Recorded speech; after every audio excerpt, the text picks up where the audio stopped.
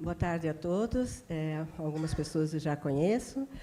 E, como vocês, alguns sabem, eu sou auditora fiscal do trabalho aposentada e, atualmente, estou na Fundacentro de Santa Catarina. Participei já várias vezes das normas da ANR 17, né, no passado, e na norma 36. Então, agora estou participando do grupo. Né, nós somos um grupo formado por auditores fiscais e servidores da Fundacentro, na revisão, digamos assim, da ANR 17. Então, eu vou apresentar para vocês aquela que vocês já devem ter conhecido pelo site, né, do Ministério, a proposta que foi elaborada da ANR 17, numa visão ainda mais simples e procurando manter o que já existia, apenas dando uma remodelada, uma atualizada e também uma harmonizada com as ANR 7, 9 e de gerenciamento de riscos, né, que a gente está tentando fazer essa harmonização, e com a participação aqui da audiência pública, com a participação das pessoas na consulta pública, a gente vai poder, depois, o grupo que vai fazer a contextualização do texto, o tripartite, vai poder trabalhar melhor a NR 17. Então, o sumário mostra para vocês qual é o que tem na NR 17 hoje, que praticamente era o mesmo que nós tínhamos anteriormente, né? Também, atualmente, pelas revisões das normas, está se procurando fazer uma adequação na forma, né? Porque, como vocês sabem, as normas regulamentadoras foram vindo, cada uma sendo construída em tempos diferentes, por pessoas diferentes, situações diferentes, e cada uma tem a sua forma, e foram ficando muito diferentes nesse campo também, o que dava uma certa confusão de como deve ser uma norma regulamentadora. Então, nesse caso, a gente vai ter em todas elas um sumário, que já facilita muito, normas extensas, né, como a gente tem a 12, como tem a 18, facilita muito a pessoa, num sumário, procurar aquilo que ela está mais interessada para saber, né, e vai facilitar, porque a ideia é facilitar o uso da norma, torná-la mais clara, mais prática para aqueles que vão utilizá-la. Então, tem o objetivo na norma, atualmente todas colocam o seu campo de aplicação, a avaliação das situações de trabalho, digamos que foi uma inovação dessa nova versão, a organização do trabalho já existia, está numa nova posição, levantamento, transporte e descarga individual de materiais, existente já, mobiliário dos postos de trabalho, máquinas e equipamentos, que antigamente eram apenas equipamentos, e condições ambientais do trabalho, que também já existia. Então, o objetivo dessa norma também não mudou, né? Ela não pode mudar o seu objetivo, que é estabelecer as diretrizes e os requisitos que permitam a adaptação das condições de trabalho às características psicofisiológicas dos trabalhadores, de modo a proporcionar um máximo de conforto, segurança, saúde e desempenho eficiente.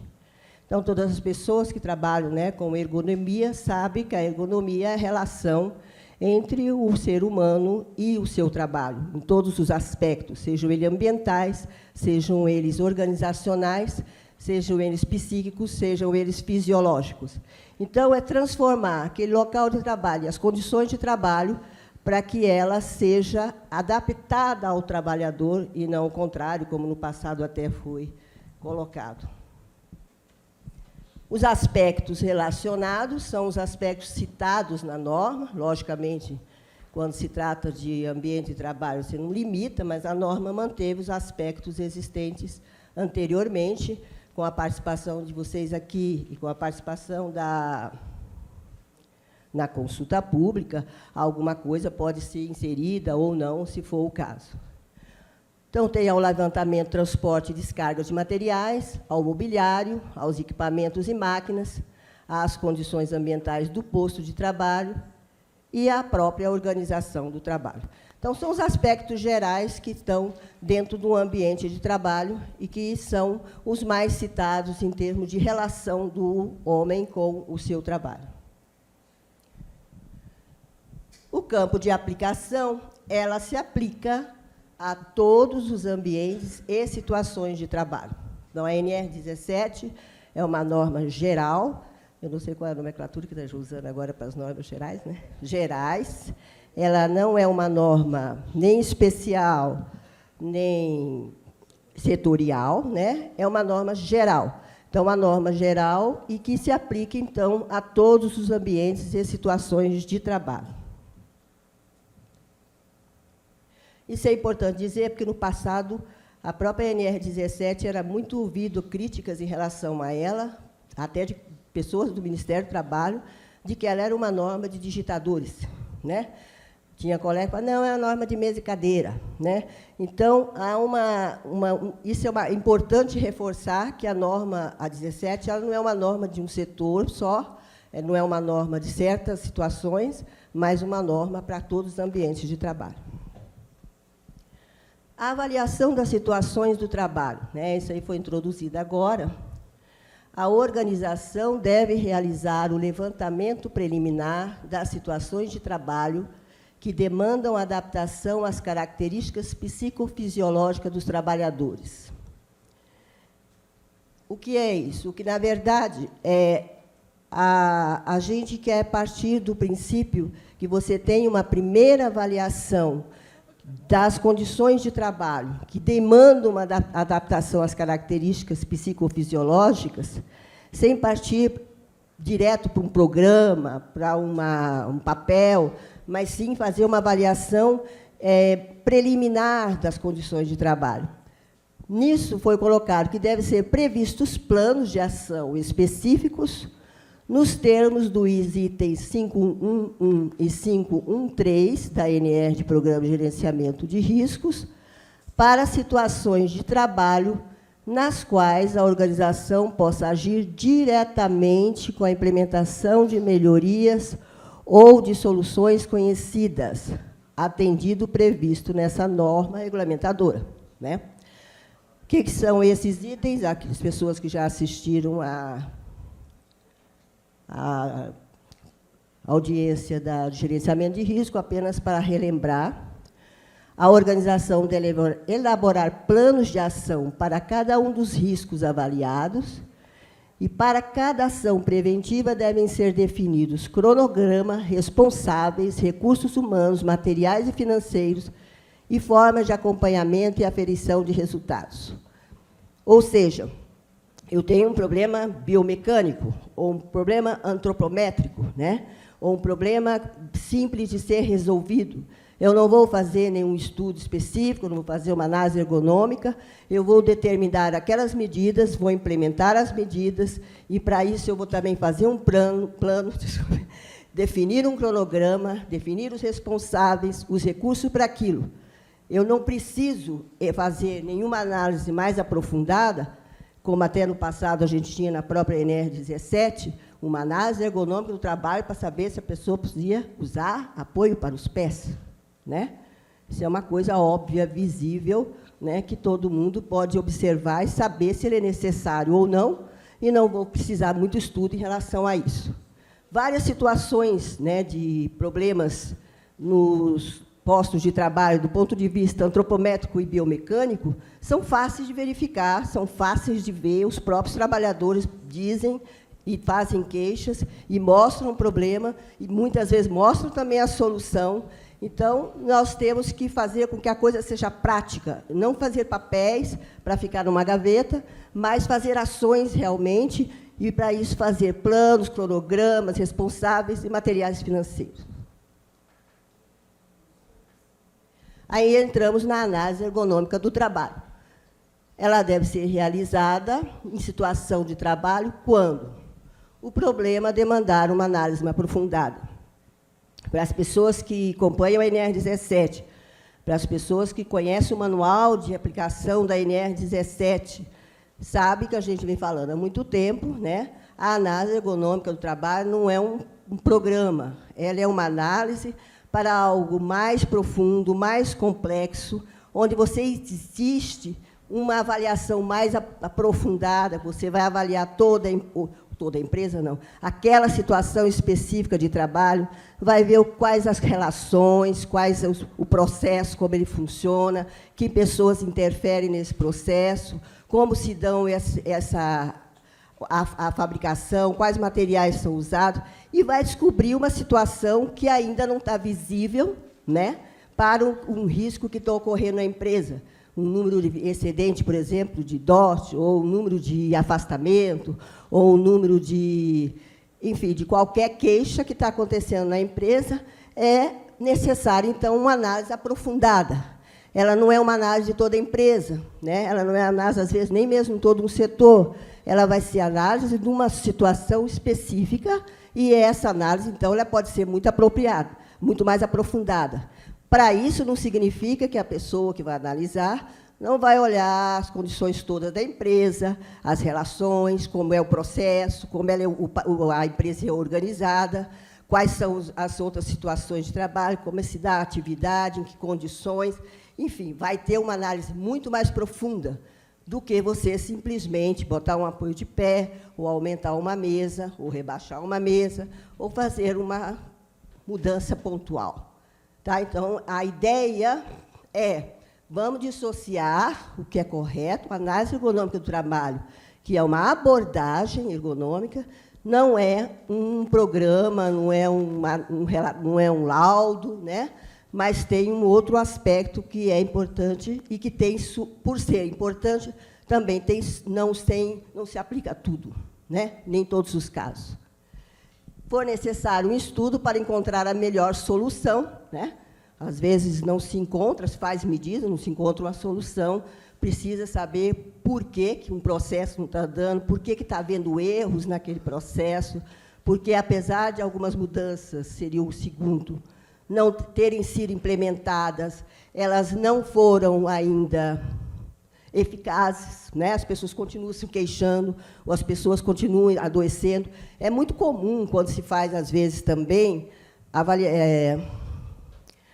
melhorias pontuais, também isso pode acontecer, ou uma avaliação superficial, e se toma medidas preventivas, as pessoas, naquele momento, pensam só de um lado, porque está vendo só uma parte do problema, e acaba criando outros problemas por não ter tido um estudo muito mais aprofundado da situação, e aí aquela solução acaba criando outros problemas.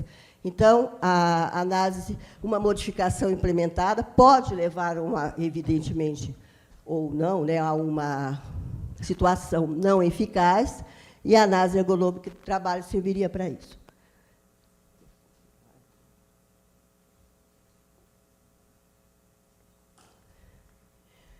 Nessa norma, as microempresas ou empresas de pequeno porte estão dispensadas de elaborar a AID.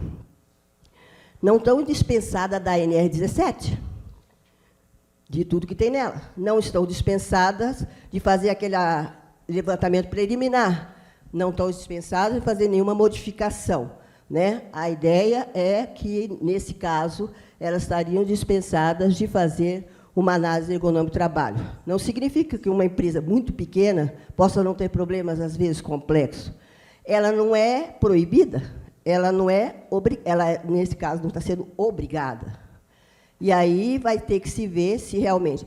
Normalmente, os grandes problemas de ergonomia a gente tem em grandes empresas, quando você tem um fluxo de trabalho muito grande, onde você tem uma pressão muito grande de processos, de linhas e de situações que podem trazer maior ritmo de trabalho, maior exigência que numa pequena empresa, onde são 3, 4, 5 pessoas, você consegue organizar e ver os problemas muito mais facilmente do que uma empresa que tenha 3.000, 5.000 funcionários, né? E que o tipo de produtividade, qualidade, exigências é muito maior, que vão dar muito mais complexidade e dificuldade para a avaliação. Então, nesse sentido, é que a análise não foi exigida obrigatoriamente. Lógico, essa é uma proposta, né? A norma não está pronta, a norma está em consulta pública, a norma está aqui também em audiência pública, mas foi a proposta que se fez do grupo.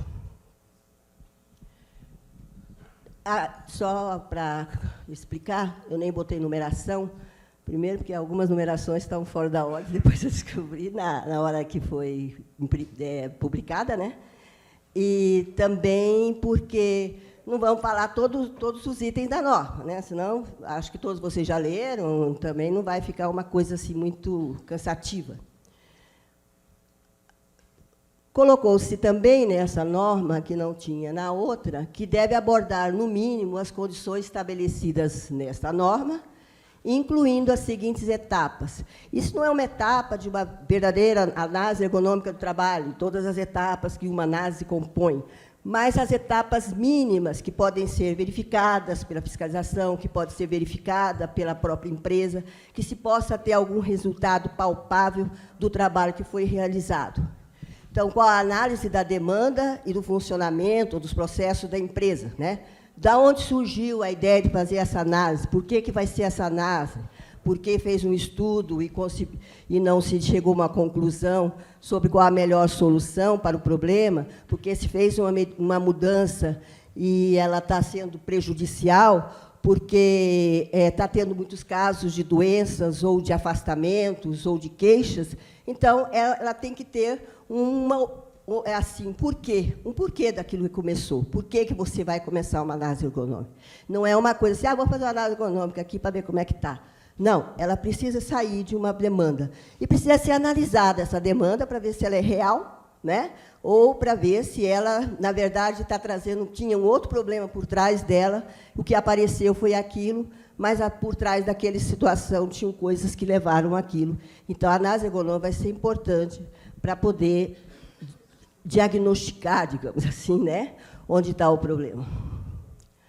Análise da atividade e das situações de trabalho,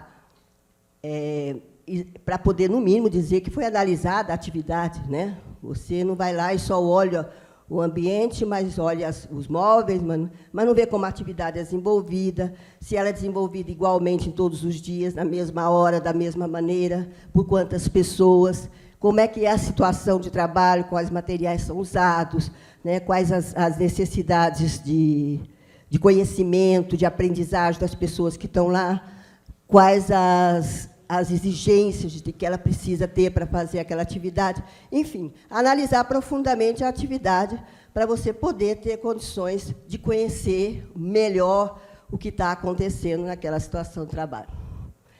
Obviamente, depois você vai ter que ter um diagnóstico, não vai fazer uma análise, depois não, né? Tudo bem, né? Não, você pode chegar a um diagnóstico que precisa contratar um profissional, psicologia, de organização, ou um engenheiro, ou um técnico, enfim. Você vai chegar à conclusão que a organização precisa fazer alguns passos, né? Ou que são coisas administrativas, ou que o processo precisa ser alterado, e ter um diagnóstico da situação.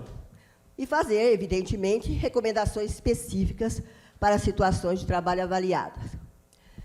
Esses itens vêm muito da experiência no campo, né? Eu falo como antiga auditora fiscal do trabalho, que é de você chegar e ver uns papéis terríveis, né? Como a análise do trabalho, como era o caso do PPRA, PCBCO, etc., que vê coisas pontuais, né? No caso de ergonomia, então, tinham duas coisas principais, né? Postura inadequada, treinamento, né? São as soluções que se davam, né? A postura era inadequada. Por que era, ninguém sabe. Onde era, ninguém sabe. A razão, ninguém sabe. O treinamento, não sei para quê. Então, a gente via muito, né, situações, infelizmente, né, de documentos que não traziam aquilo que era importante de se diagnosticar para poder melhorar a condição do trabalho. Todo o trabalho que se faz de análise, de investigação, de avaliação na área de segurança e saúde tem que ter um objetivo claro. Eu vou melhorar aquela situação, eu vou fazer uma prevenção, eu vou resolver o problema. Não é constatação. Eu vou constatar que tem ruído, ou tem calor, ou tem isso, ou tem aquilo, e pronto. Não, eu tenho que fazer alguma coisa para mudar isso. Senão, está gastando dinheiro à toa, tempo à toa, né, situações que não vão levar a lugar nenhum. E depois tem a restituição dos resultados, fazer uma validação com as pessoas que estavam lá. Você faz uma análise, chega a um diagnóstico. Aí depois você conversa com as pessoas que foram envolvidas, né, que participaram, os trabalhadores, supervisores, gerentes, pessoas da empresa, e fala, olha, a análise chegou a essa conclusão, será que está no caminho? E nós entendemos o que estava acontecendo, vocês acham que foi dessa forma? Então, você tem que validar aquilo, porque, muitas vezes, você faz uma recomendação, implementa, isso é um dos pontos principais disso, do malassernoma também, e de qualquer avaliação ambiental, é que você precisa saber se está tendo realmente uma compreensão daquilo que foi feito e se as soluções propostas também estão sendo aquilo que as pessoas esperavam, que vai resolver o problema dos trabalhadores, da empresa, né, e que vai dar uma solução.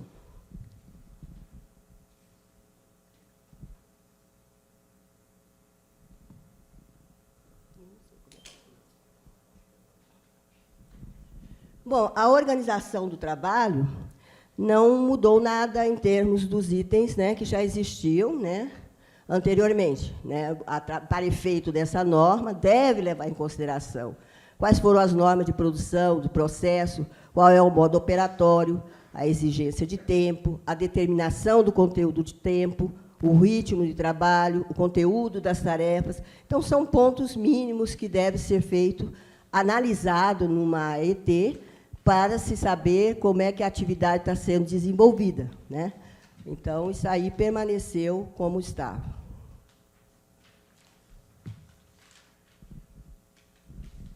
Dentro da organização do trabalho, nós temos também, nas atividades que exijam sobrecarga muscular estática ou dinâmica, pescoço, ombros, dorso, membros superiores e inferiores, devem ser adotadas medidas técnicas de engenharia, organizacionais, administrativas, com o objetivo de eliminar ou reduzir a repetição de movimentos dos membros superiores ou inferiores e as posturas extremas ou nocivas de trabalho. Então, ela está sendo taxativa no sentido de que, a partir do momento que você tem situações de trabalho que tenha repetição, e aí a repetição tem todas a bibliografia que determina o que é uma coisa repetitiva ou não é repetitiva, né? Você ter uma coisa que não é eventual, que é frequente, que é constante, e você vai ter que adotar medidas. Tem que ser tomada alguma medida em relação a isso. Não se pode deixar as pessoas, no ambiente de trabalho, expostas a esse tipo de situação, porque a norma, em alguns pontos, ela é mais genérica, em alguns pontos, ela é mais pontual, porque sabe-se, né, que esse é um fator de grande risco para desenvolvimento de DOT e até mesmo em outros processos cognitivos, de pressão e da pessoa trabalhando numa situação de repetição de movimentos, né, no trabalho. Medidas técnicas de engenharia, vai depender da situação, medidas organizacionais, pode ser pausas, pode ser rodízios, pode ser outras formas de organização, aumento do contingente de trabalhadores, às vezes tem 2, 3 pessoas, mas é necessário 4 ou 5. Enfim, uma série de medidas podem ser adotadas para evitar que a mesma pessoa utilize seus membros de forma repetitiva, até que seja nociva e que possa provocar doenças. Dizem afecções, mas são, às vezes, começam com afecções, né, os DOT, mas acabam realmente virando doenças, inclusive mentais. Algumas medidas de controle também, que evitem os trabalhadores, ao realizar suas atividades, sejam obrigados a efetuar de forma contínua e repetitiva. Então, está se reforçando o problema da repetitividade, que é muito nociva do ponto de vista biomecânico, né, para as condições de trabalho. Posturas extremas ou nocivas de membros superiores e inferiores. Posturas extremas são aquelas que não estão dentro da neutralidade, são as posturas que vão próxima da limitação de articulação da pessoa. Movimentos bruscos de impacto do membro superior, uso excessivo de força muscular, frequência de movimento dos membros superiores e inferiores que possam comprometer a sua segurança e a saúde, e também entra a exposição prolongada a vibrações, né, que é um fator realmente de algumas doenças do sistema musculoesquelético.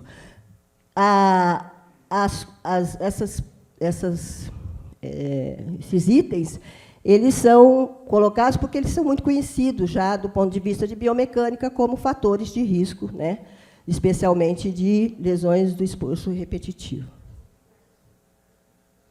São conhecidos, né, são cientificamente provados, então ninguém está inventando nenhuma roda. Aí a gente passa agora a levantamento, transporte e descarga individual de materiais, que também já existia na ANR e foram incluídos alguns itens a mais.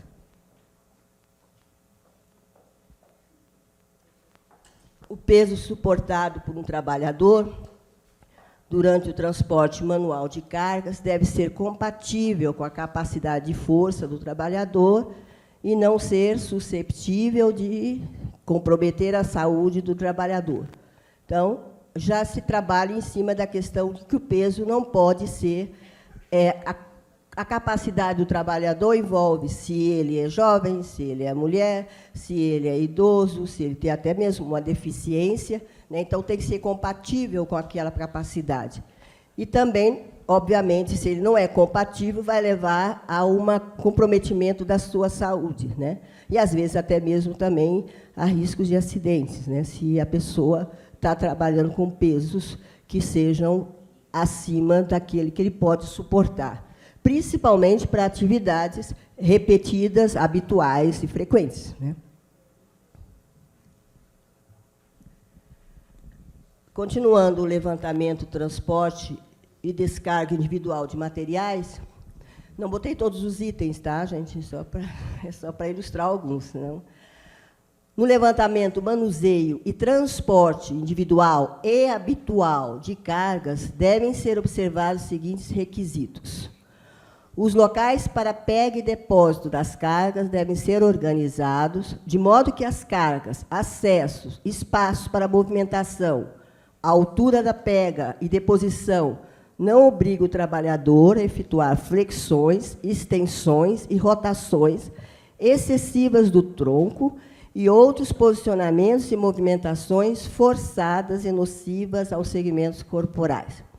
Aí a norma vai já no detalhe de como você deve organizar a pega e o depósito de cargas, né?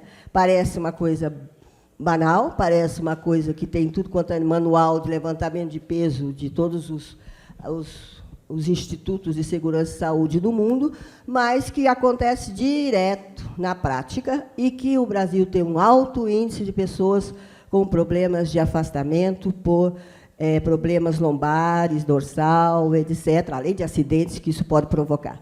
Então, já se procura aí dar uma pincelada naquilo que deve ser feito para que a organização desses locais não provoquem, pelo menos, esse tipo de postura de trabalho. Também, nesse item, devem ser ditadas medidas, sempre que tecnicamente possível, para que quaisquer materiais e produtos a serem erguidos, retirados, armazenados ou carregados de forma frequente não estejam localizados próximo ao solo ou acima dos ombros. Isso é ponto pacífico em tudo quanto é manual de levantamento de peso. Próximo ao solo, eu vou com a coluna lá embaixo. Acima dos ombros, eu vou estar elevando meus ombros numa posição que vai provocar problema. Para uma vez, não. Para dezenas de vezes, né? Para todos os dias. Então, não é já dando uma limitação para evitar esse tipo de situação. Cargas e equipamentos devem ser posicionados o mais próximo possível do trabalhador, resguardando espaço suficiente para os pés, de maneira a facilitar o alcance, não atrapalhar os movimentos ou ocasionar outros riscos. Muito comum, né? As pessoas vão trabalhar e, como elas não têm um espaço suficiente para os pés, é muito comum você ver isso em máquinas até, em condições de trabalho onde você vê máquinas, onde a pessoa, às vezes, tem que ficar assim para poder fazer o trabalho, ou para carregar alguma coisa, ou para levantar algum peso, forçando ainda mais por uma postura não equilibrada e também por um braço de alavanca, né, muito extenso, que pode provocar danos à sua saúde. Então, há espaço suficiente para pés, eu já presenciei em máquinas que o cara tinha que sentar, mas não tinha onde botar o pé. Então, isso é muito comum. Não é uma coisa... É engraçado estar numa norma, né? Mas, porque parece óbvio, né? Mas, infelizmente, algumas coisas a gente tem que botar na norma para que isso possa ser melhorado nas condições de trabalho. Sendo viável tecnicamente, a mecanização do transporte e movimentação de cargas, sendo inviável, sendo inviável tecnicamente a mecanização do transporte e movimentação de cargas, a organização deve. Porque, se possível, deve-se mecanizar tudo que é transporte, né? O ser humano não foi feito para ficar transportando e carregando carga, né? Pelo menos de forma contínua, repetitiva, durante todos os dias. Então, tudo que se puder fazer para mecanizar trabalhos forçados, trabalhos pesados, trabalho que envolvem força, deve ser limitado. Então, deve-se limitar a duração, a frequência e o número de movimentos a serem efetuados pelos trabalhadores. A duração, ele não faz o dia inteiro, ou faz 3 horas, ou faz 2 horas. A frequência, 10 vezes por dia, 5 vezes por dia, 20 vezes por dia. Então, tentar diminuir isso, você está diminuindo a exposição, que é um dos fatores que leva ao adoecimento. Adequar o peso e o tamanho da carga, dimensões e formato, para que não provoque o aumento do esforço físico e possa comprometer a segurança e saúde do trabalhador. O peso já foi falado anteriormente, o formato da carga, o tamanho, a dimensão, até mesmo o conteúdo dela, se é uma carga mais perigosa, se é uma carga mais frágil, se é uma carga que está quente, se é uma carga que está gelada. Tudo isso influencia, quando a pessoa vai pegar, no seu posicionamento referente àquela carga, né? E se ela não tem uma boa pega, aumenta a dificuldade de você fazer a pega, e isso aí realmente também está em tudo quanto é manual de levantamento de peso, de que você deve trabalhar em relação a isso. Reduzir as distâncias a percorrer com cargas, obviamente, né? Quanto menos você percorrer carregando alguma coisa, é muito melhor, né? O tempo que você fica segurando. Efetuar a alternância com outras atividades ou pausas suficientes em períodos não superiores a 2 horas, né? Então, o trabalho exige carregamento, se possível, fazer uma alternância com outra atividade que ele não precise carregar, ou fazer pausas que seja suficiente, menos de 2 horas, para que ele não trabalhe nisso durante 2 horas seguidas. Então, a ideia já são soluções, medidas realmente para serem aplicadas no transporte e descarga individual de materiais. Agora, o mobiliário dos postos.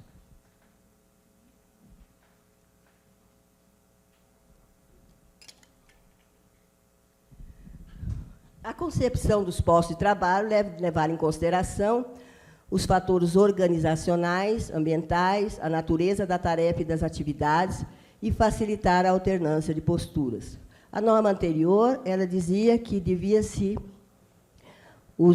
as pessoas, quando o trabalho pudesse ser feito sentado, as pessoas deveriam ter cadeiras, assentos para se sentar.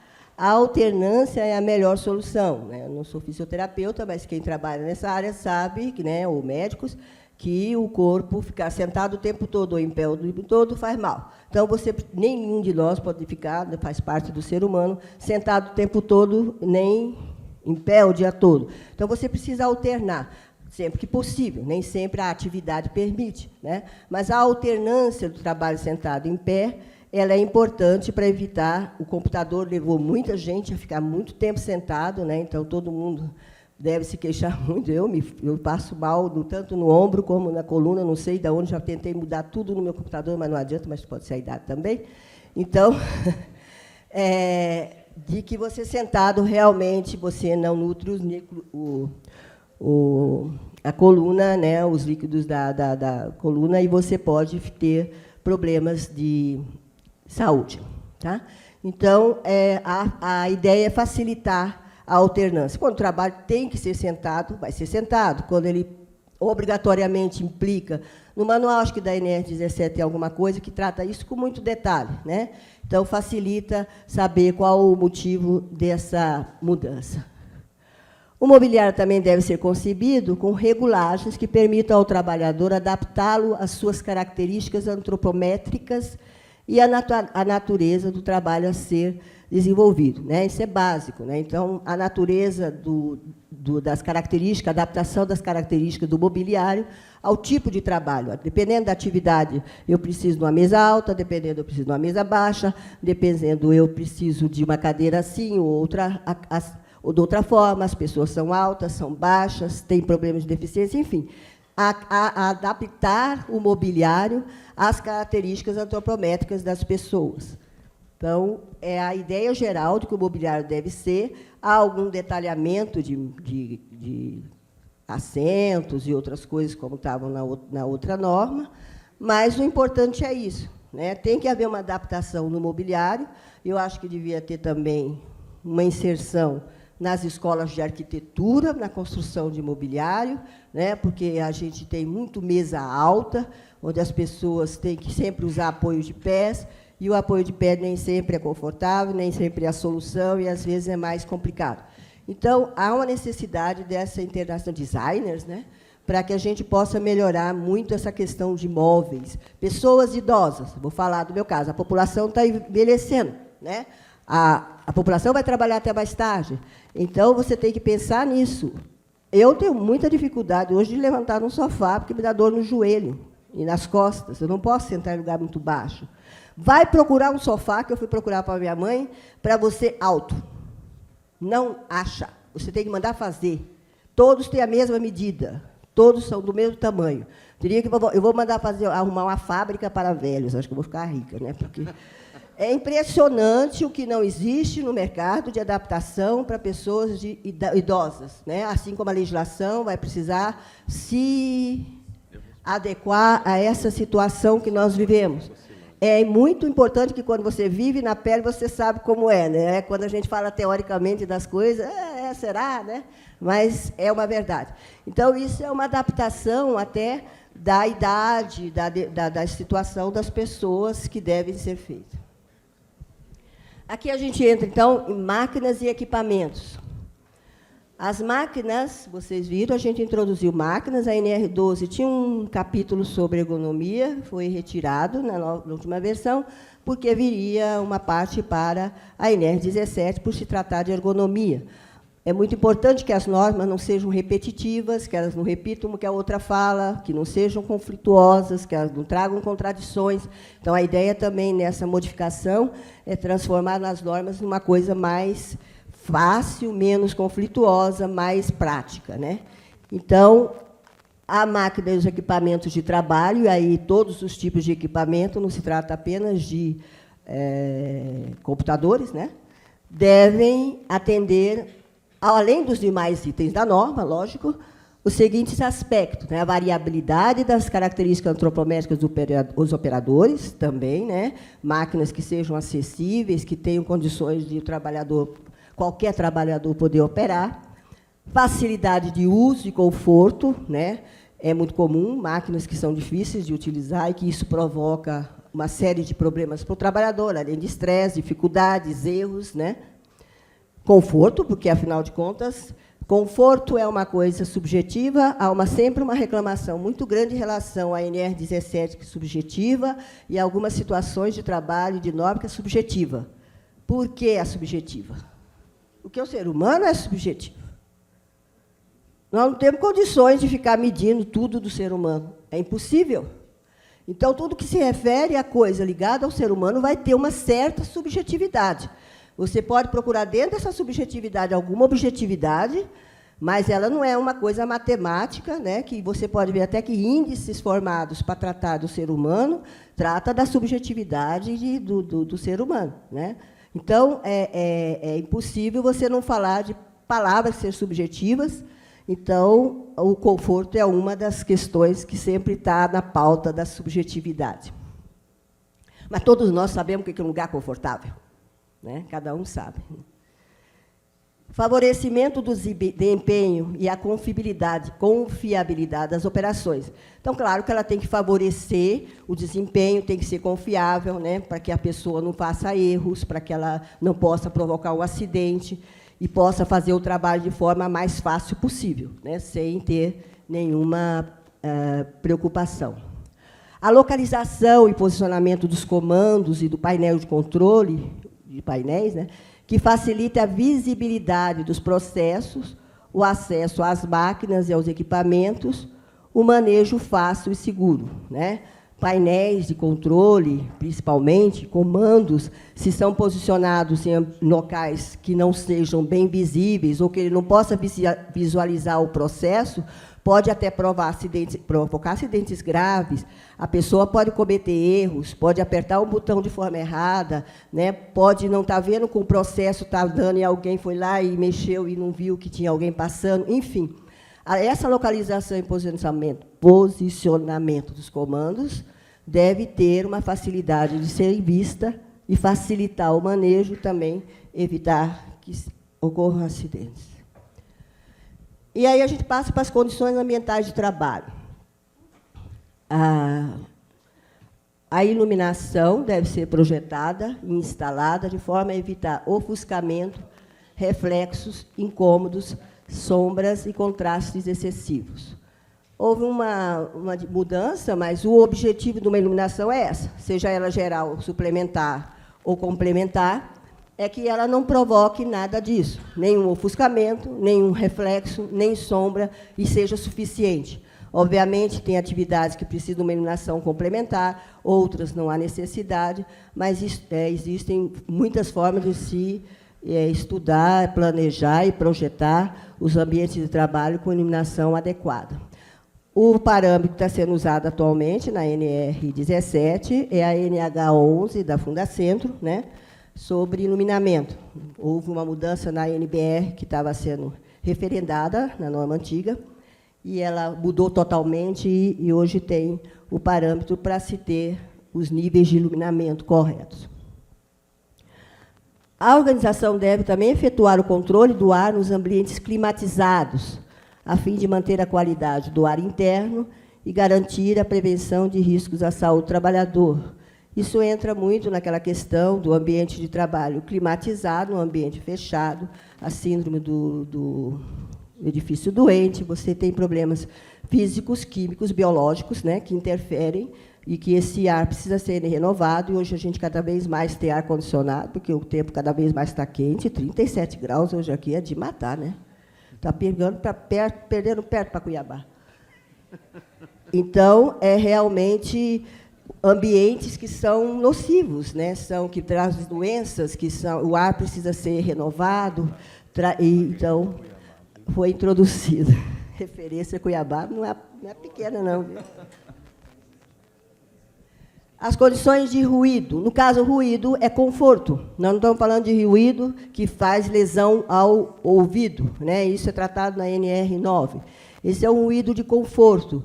Deve respeitar os valores de referência para ambientes internos, de acordo com sua finalidade, né? Claro, a finalidade do ambiente. De uso estabelecidos em normas técnicas, as finalidades de uso estabelecidas nas normas técnicas ou nas normas internacionais aplicáveis, né? Existe para os demais casos, o nível de ruído aceitável para efeito de conforto será até de 65 decibéis A, e a curva de avaliação de ruído NC de valor não superior a 60. Isso não foi alterado, já estava na NR anterior. Também a questão das condições térmicas ambientais, que também não é calor, frio excessivo, que também está na NR15 e NR9. Trata-se das condições de conforto. Então, deve adotar medidas de controle da temperatura, da velocidade do ar e da umidade, com a finalidade de conforto térmico nas situações de trabalho. Né, o conforto térmico ele depende de vários parâmetros, ele não tem só a temperatura, a velocidade do ar influencia, a umidade relativa influencia, a vestimenta também influencia, o metabolismo também influencia. Então, não é colocado aí, mas pelo menos esses 3 parâmetros devem ser considerados para o conforto térmico. E a avaliação se levou para os índices da ISO 7730, que trata do voto médio estimado e devia ter botado em português, a porcentagem de pessoas insatisfeitas, né, que é uma norma técnica internacional. Esse índice adota todas essas... Antigamente era a temperatura efetiva, que era um ábaco que ninguém nunca usou e que usava a temperatura do ar mesmo, né, quando fazia alguma avaliação. E esse índice é conhecido como um dos mais utilizados para isso. Claro, como todo índice tem suas deficiências, tem suas dificuldades, porque justamente ele é um índice baseado na sensação que as pessoas tinham. Tem sua subjetividade, porque ele foi determinado por sensações que as pessoas tinham para poder ser criado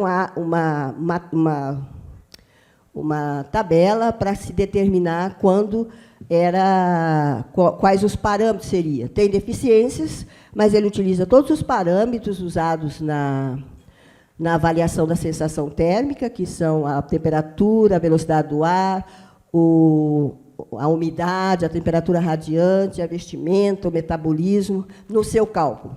Para você ver como a subjetividade das pessoas é algo importante, esse índice diz que 5% da população nunca está satisfeito. Jamais. 5% sempre vai estar insatisfeito com qualquer tipo de situação de trabalho. Então, você pode ter 3, 4 pessoas numa sala, né, com a mesma temperatura, você vai ter uma de casaco e outra de alcinha. Né, isso aí. As mulheres são mais tendências a sentir frio, os homens mais calores também, tem esse estudo em relação a isso, mas 5% da população nunca está satisfeita. Então, faz parte da subjetividade que ele foi criado, mas que a maior parte das pessoas são, né, e é do ser humano, então a gente não pode deixar de considerar. Acho que acabou. Obrigada.